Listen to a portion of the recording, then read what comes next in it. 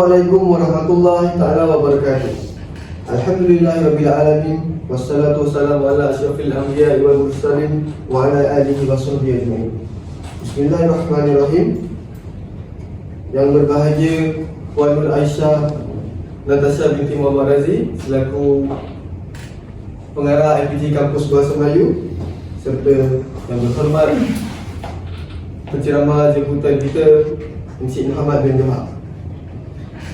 Alhamdulillah, bersyukur kita pada petang ini dengan izin serta limpah rahmatnya dapat kita sama-sama berkumpul dalam satu program ceramah akhlak Rasulullah yang akan disampaikan oleh penceramah jemputan kita pada petang ini.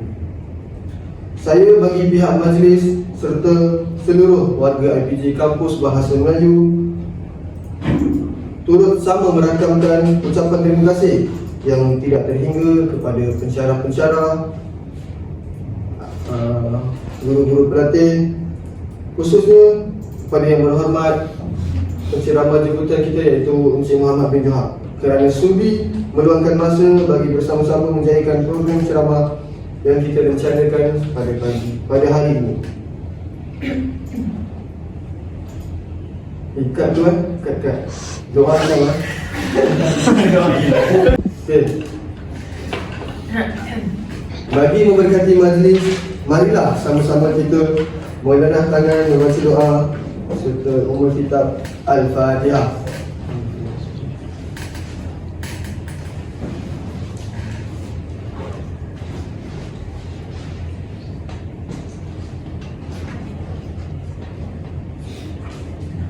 Bismillahirrahmanirrahim. Alhamdulillahirabbil alamin. Wassalatu wassalamu ala asyrafil anbiya'i wal mursalin wa ala alihi washabbihi ajmain. Ya Allah, ya Rahman, ya Rahim. Hanya padamu sahaja kami panjangkan kesyukuran atas segala rahmat dan berkat-Mu. Bersempena dengan majlis pada hari ini, kami memohon inayah dan taufik-Mu. Kurniakanlah kesejahteraan dan kebahagiaan kepada kami. Bukakanlah hati-hati kami, lapangkanlah dada kami supaya kami dapat mengisi ilmu dan pengetahuan yang berguna untuk agama, bangsa dan negara. Kami memohon kepadamu agar Engkau berkatilah majlis ini dengan limpahan rahmat-Mu. Semoga segala usaha kami dalam merencanakan majlis ini mendapat cahaya dan hidayah-Mu. Sesungguhnya pada hari ini kami berkumpul kerana-Mu, ya Allah. Kami berkumpul untuk menimba ilmu, bertukar pendapat, menimbangkan buah fikiran, menghubungkan silaturahim dan memberi sokongan ke arah meningkatkan lagi prestasi kami. Kami mohon kekuatan dari hadrat-Mu, ya Allah, supaya kami yang hadir pada hari ini agar dapat kami melaksanakan segala kebajikan. Dan kami mohon perlindungan dengan Engkau daripada melakukan keburukan. Ya Allah, kurniakanlah kepada kami kekayaan ilmu pengetahuan dan hiasilah diri kami dengan sifat lemah lembut, serta muliakanlah kami dengan ketakwaan dan indahkanlah diri kami dengan kesihatan. Rabbana atina fid dunya hasanah wa fil akhirati hasanah wa qina azabannar. Wa sallallahu ala sayyidina Muhammad wa ala alihi washabbihi wa barik wasallam. Alhamdulillahirabbil alamin.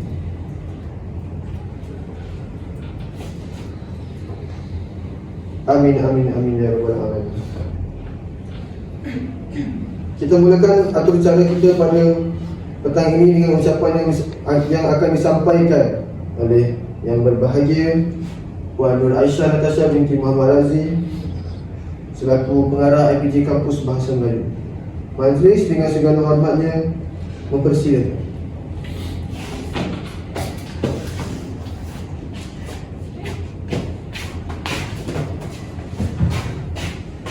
Okay. Terima kasih saudara pengacara majlis. Alhamdulillah, kita bersyukur kehadrat Allah Subhanahu Wa Taala kerana dengan limpah kurnianya dapat kita berkumpul bagi menyambut satu lagi program penting pada hari ini. Selawat dan salam kepada junjungan besar kita Nabi Muhammad sallallahu alaihi wasallam. penghulu segala rasul, pembawa rahmat sekalian alam. Landasan kepada kecemerlangan diri seseorang adalah bergantung kepada penghayatan agama. Untuk melahirkan pelajar yang cemerlang tidak memadai hanya dengan penyampaian ilmu di dalam kelas sahaja, tanpa adanya sesi atau aktiviti sokongan yang mencerna dan menjana ilmu dalam kalangan pelajar.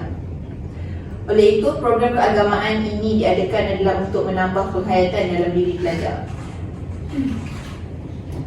Jadinya program ini diadakan adalah untuk meningkatkan keinsafan dalam diri siswa guru. Ketiga, berkaitan akhlak Rasulullah SAW yang boleh diamalkan.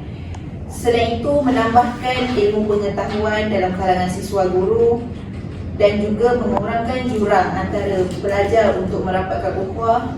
Dan program ini juga dapat memberi maklumat tentang penghayatan seorang yang bergelar Muslim. Akhir sekali, memberikan kelainan aktiviti bersyirikan Islamnya. Saya setinggi-tinggi penghargaan kepada pengajar program ini kerana menjemput saya untuk merasmikan program ini. Agama Islam yang disampaikan oleh Rasulullah SAW adalah ad-din atau cara hidup yang menyuluh kegelapan manusia dengan mentauhidkan diri kepada Allah SWT.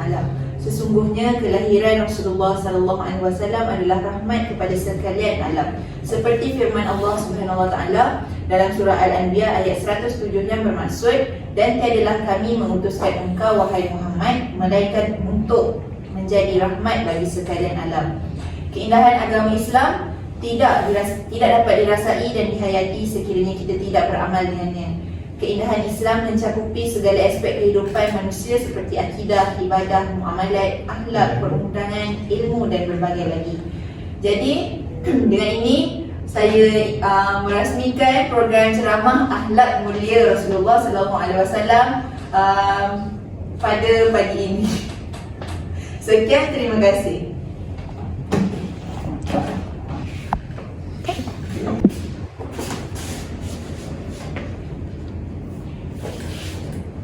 Dengan ini, majlis merakamkan setinggi-tinggi penghargaan dan ucapan terima kasih kepada Puan Nur Aisyah Natasha binti Muhammad Razi selaku pengarah IPG Kampus Bahasa Melayu atas ucapan itu tadi.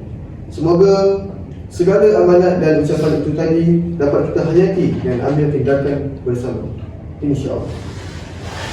Kini tibalah masa untuk kita mendengar ceramah yang akan disampaikan oleh penceramah jemputan kita yang tidak asing lagi kepopularannya.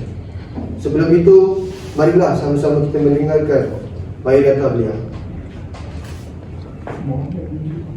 Beliau bernama Muhammad bin Johar, berumur 35 tahun dan lahir di Melaka Tengah. Ibu bapa beliau bekerja sebagai seorang guru. Beliau mempunyai 4 orang adik-beradik dan beliau merupakan anak bongsu. Kini beliau menempat di Kelang, Selangor.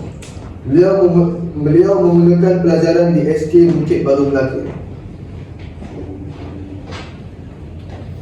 Setelah itu, beliau melanjutkan pelajarannya di SMKA Sultan Muhammad di Melaka.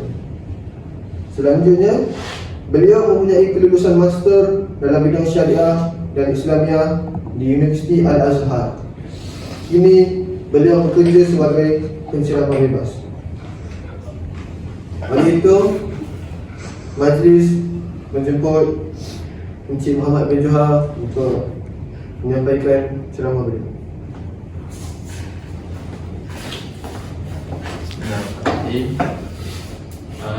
Sebelum kita mulakan majlis kita, saya nak ucapkan terima kasih kepada pengacara majlis, pihak APG untuk sudi terima saya untuk memberi sedikit perkongsian ilmu. Baiklah, hari ini saya nak berkongsi tentang akhlak Rasulullah yang boleh dijadikan teladan dalam kehidupan seharian kita. Baiklah, sesungguhnya Nabi kita, Nabi Muhammad SAW diutuskan oleh Allah SWT untuk menyempurnakan akhlak yang ada pada diri manusia. Hal ini berdasarkan sabda baginda yang bermaksud, aku diutuskan oleh Allah hanyalah untuk menyempurnakan akhlak.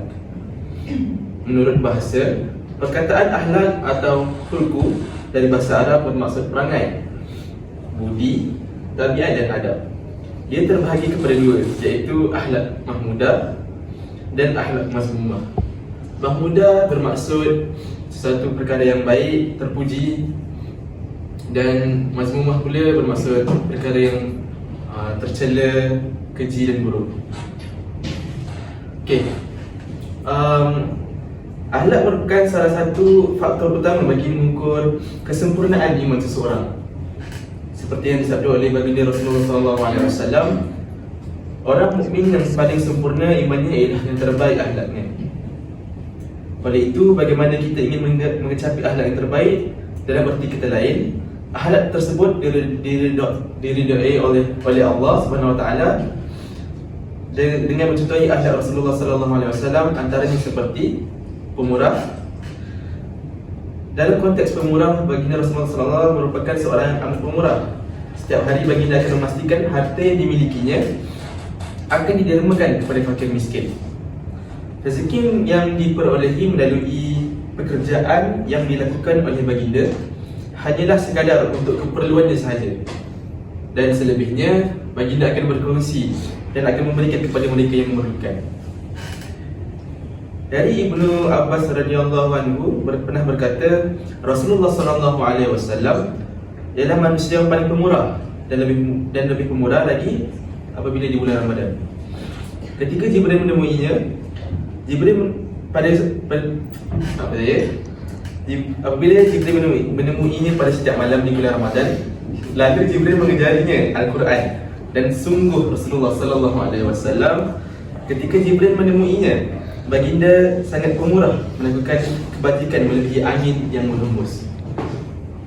Sesungguhnya Rasulullah sallallahu alaihi wasallam pernah bersabda yang bermaksud, orang yang pemurah itu dekat dengan Allah, dekat dengan manusia dan jauh dari api neraka.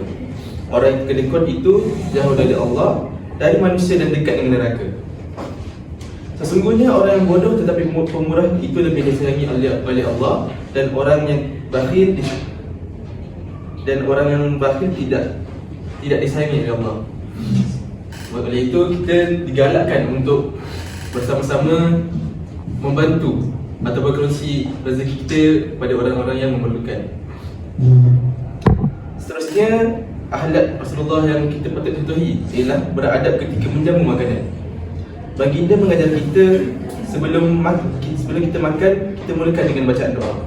Selain menghalang syaitan daripada berkongsi makanan dengan kita, berdoa juga merupakan tanda kita bersyukur kepada rezeki yang telah Allah berikan.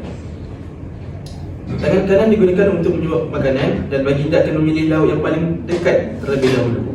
Selain itu, baginda juga tidak akan mencela makanan apabila tidak menyukainya, melainkan hanya menyisihkannya sahaja.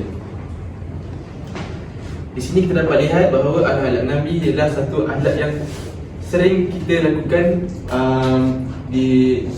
pada seharian kita. Daripada cara kita membawakan diri kita, cara kita memakan. Baiklah, kita bergerak kepada akhlak yang ketiga, iaitu akhlak pemakaian dan berwangi-wangian. Baginda amat bersederhana dalam aspek pemakaian. Warna putih adalah warna kegemaran baginda. Setiap kali pemakaian pakaian, baginda akan memulakannya dari bahagian kanan dan disertai doa. Manakala apabila melepaskan pakaian pula, baginda akan memulakan daripada bahagian kiri. Selain menjaga kebersihan dan kekemasan pemakaiannya, baginda turut menyukai wangi-wangian dan tubuh baginda sentiasa berbau harum.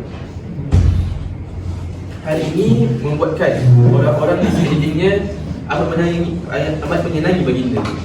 Anas bin Malik menyatakan, aku belum pernah menyentuh sutera yang lebih lembut dibandingkan telapak tangan Rasulullah SAW, dan aku juga belum pernah mencium minyak wangi apapun yang lebih harum dibandingkan aroma Rasulullah SAW. Seterusnya, akhlak yang patut kita contohi yang seringkali dilupakan pada hari ini, iaitu akhlak menjaga tutur kata.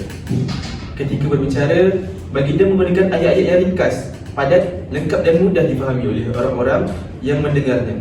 Selain itu, baginda juga tidak akan bercakap melainkan hal itu penting dan terdapat keperluan. Baginda tidak akan meninggikan suara melainkan untuk menyatakan hal yang besar, yang benar, dan apabila ia berkait hak-hak Allah SWT, dan apabila ada yang bertanyakan sesuatu padanya, baginda akan menjawab segala persoalan tersebut dengan jawapan nasihat yang mudah diterima serta tidak menyinggung hati. Abu Hurairah radhiyallahu anhu pernah berkata, baginda adalah seorang yang panjang kedua lengannya, lentik alisnya, kedua matanya lebar, dan antara kedua bahunya gagah dari depan dan belakang. Demi bapa dan ibuku, sungguh baginda tidak pernah berbuat keji dan tidak pula berkata keji, dan baginda juga tidak pernah mengeraskan suaranya di tempat umum. Perkara ini seringkali dilupakan oleh anak muda pada zaman sekarang yang seringkali meninggikan suara kepada orang tua dan sering mengeluarkan kata-kata kasar. Jadi saya mengharap agar anak muda pada hari ini menerapkan akhlak yang Rasulullah telah lakukan dalam kehidupan seharian mereka agar hidup mereka lebih tenang dan diridhoi Allah, insya-Allah. Seterusnya kita bergerak kepada akhlak Nabi yang kelima, iaitu berlapang dada dan pemaaf. Salah satu contoh sifat Rasulullah sallallahu alaihi wasallam yang sentiasa berlapang dada dan pemaaf adalah ketika di suatu peperangan, seorang tentera musyrikin mengugut baginda dan tentera muslimah dengan berkata, siapakah di antara kamu yang dapat menyelamatkan engkau dari pedangku? Allah. Jawab Rasulullah sehingga menyebabkan tangan tentera musyrikin itu gemetar dan pedangnya jatuh. Kemudian baginda mengambil pedang tersebut lalu berkata, siapakah kini yang dapat mempertahankan engkau daripadaku? Tentera musyrikin itu menjawab, ambillah nyawaku dengan cara yang baik. Rasulullah SAW diberi peluang untuk membalas dendam, namun baginda tidak melakukannya, bahkan meminta tentera musyrikin itu mengucap kalimah syahadat. Aisyah radhiyallahu anha juga pernah berkata, baginda Rasulullah SAW adalah orang yang paling mulia akhlaknya. Tidak pernah berlaku keji, tidak pula mengucap kata-kata kotor, tidak berbuat gaduh di pasar, dan tidak pernah membalas dengan perkara yang tercela yang serupa. Akan tetapi baginda seorang yang pemaaf dan pengampun. Hal ini amat memberi impak positif kepada orang-orang dan keadaan sekitar apabila kita menjadi seorang yang pemaaf. Kerana apabila mempunyai sifat dendam dalam hati, hidup kita tidak akan menjadi tenang dan sentiasa akan menjadi serabut. Jadi sifat pemaaf ini amat membantu dalam menjalani hidup seharian kita agar menjadi lebih tenang dan kita akan lebih gembira lah. Okay. Kita bergerak kepada akhlak yang keenam, iaitu berkasih sayang sesama manusia. Apabila 2-3 hari Rasulullah SAW tidak melihat salah seorang sahabatnya atau tidak bertemu di mana-mana, baginda pasti akan bertanya dan mencari mereka. Baginda akan berziarahi ke rumah sahabat tersebut tanpa rasa sombong. Malah baginda bersolat, makan dan duduk bersama para sahabat. Hal ini kerana orang-orang mukmin itu seperti bangunan, sebahagiannya menguatkan sebahagian yang lain, juga ibarat satu jasad, seperti sabda baginda, perumpamaan orang-orang mukmin adalah dalam hal kasih sayang dan kecenderungan jiwa seperti perumpamaan jasad. Jika salah satu anggota tubuhnya sakit, maka seluruh tubuh akan merasakannya, iaitu tidak boleh tidur dan sakit seperti demam. Hal ini membantu kita untuk menjadi seorang yang lebih bersatu padu dan lebih memberi perhatian kepada orang-orang dan kawan-kawan di sekitar kita. Seterusnya ialah ibadah. Walaupun baginda seorang rasul kekasih Allah dan syurga itu pasti miliknya, namun baginda tidak mengabaikan perintah Allah Subhanahu Taala kepada setiap hamba-Nya. Bahkan baginda memperbanyakkan solatnya sehingga bengkak kakinya melebihi umat yang lain. Selain itu, baginda turut berpuasa selang sehari dan sentiasa membasahkan lidahnya dengan zikir, sama ada ketika dalam keadaan terjaga ataupun tidur. Pada suatu ketika Aisyah radhiyallahu anhu pernah berkata, Rasulullah sallallahu alaihi wasallam apabila salat malam, baginda akan berdiri hingga kedua kakinya bengkak. Aisyah bertanya, wahai Rasulullah, mengapa kau berbuat seperti ini padahal Allah telah mengampuni dosa-dosamu yang telah lalu dan yang akan datang? Maka Nabi Muhammad sallallahu alaihi wasallam menjawab, tidak bolehkah aku menjadi hamba yang pandai bersyukur? Begitulah antara beberapa sifat atau akhlak yang dimiliki oleh pemeluk Nabi kita, Nabi Muhammad sallallahu alaihi wasallam, dan ianya patut diteladani oleh umat Islam kini. Sesungguhnya kemuliaan seseorang itu bergantung pada akhlak peribadinya. Akhlak yang memandu diri seseorang itu pula bergantung pada keadaan hatinya. Jika hatinya baik, maka baiklah seluruh anggota tubuhnya. Mudah-mudahan perkongsian kita pada hari ini menjadikan kita umat Islam lebih baik dari sebelumnya. Wallahu a'lam. Jadi ada soalan pertanyaan? Saya ada soalan kepada Encik Muhammad. Silakan. Kenapa Islam mengajarkan kita supaya kita mengikut sifat-sifat kepribadian Rasulullah? Baiklah. Islam mengajak kita untuk mengikut sifat-sifat Rasulullah kerana sesungguhnya setiap perbuatan Rasulullah adalah demi kebaikan umat-umatnya. Jadi kita selaku umat Islam yang terbaik, kita mestilah mencontohi setiap perbuatan yang telah dilakukan oleh Rasulullah, kerana kita kena percaya bahawa setiap perbuatan yang dilakukan oleh Rasulullah ada faktor-faktor yang akan memberi kebaikan kepada diri kita. Jawab. Wow. Maka dengan itu, ribuan terima kasih diucapkan kepada penceramah kita, Encik Muhammad. Tuan Putri tersenyum-senyum melihat mempelai direnjis Iblis. Senyum-senyum, jangan tak senyum, sudah kita di penghujung majlis. Saya mewakili pihak penganjur mengucapkan rasa syukur dan terima kasih kepada semua pihak yang terlibat dalam menjayakan majlis ceramah kita pada hari ini. Semoga kita semua akan beroleh keberkatan daripadanya dan tiada untaian kata yang mampu dilafazkan selain ungkapan rasa syukur dan terima kasih yang tulus ikhlas buat semua. Atas kesudian hadir memeriahkan majlis kita pada hari yang penuh keberkatan. Di kesempatan ini, saya ingin memohon ribuan kemaafan andai ada salah dan silap sepanjang mengacarakan majlis ini. Berbaju kurung kain sutera, tampaknya indah berhias rambut. Jari disusun, maaf dipinta, panjang usia bersua kembali. Sekian saja, salam hormat dan terima kasih. Wabillahi taufiq wa hidayah. Wassalamualaikum warahmatullahi wabarakatuh.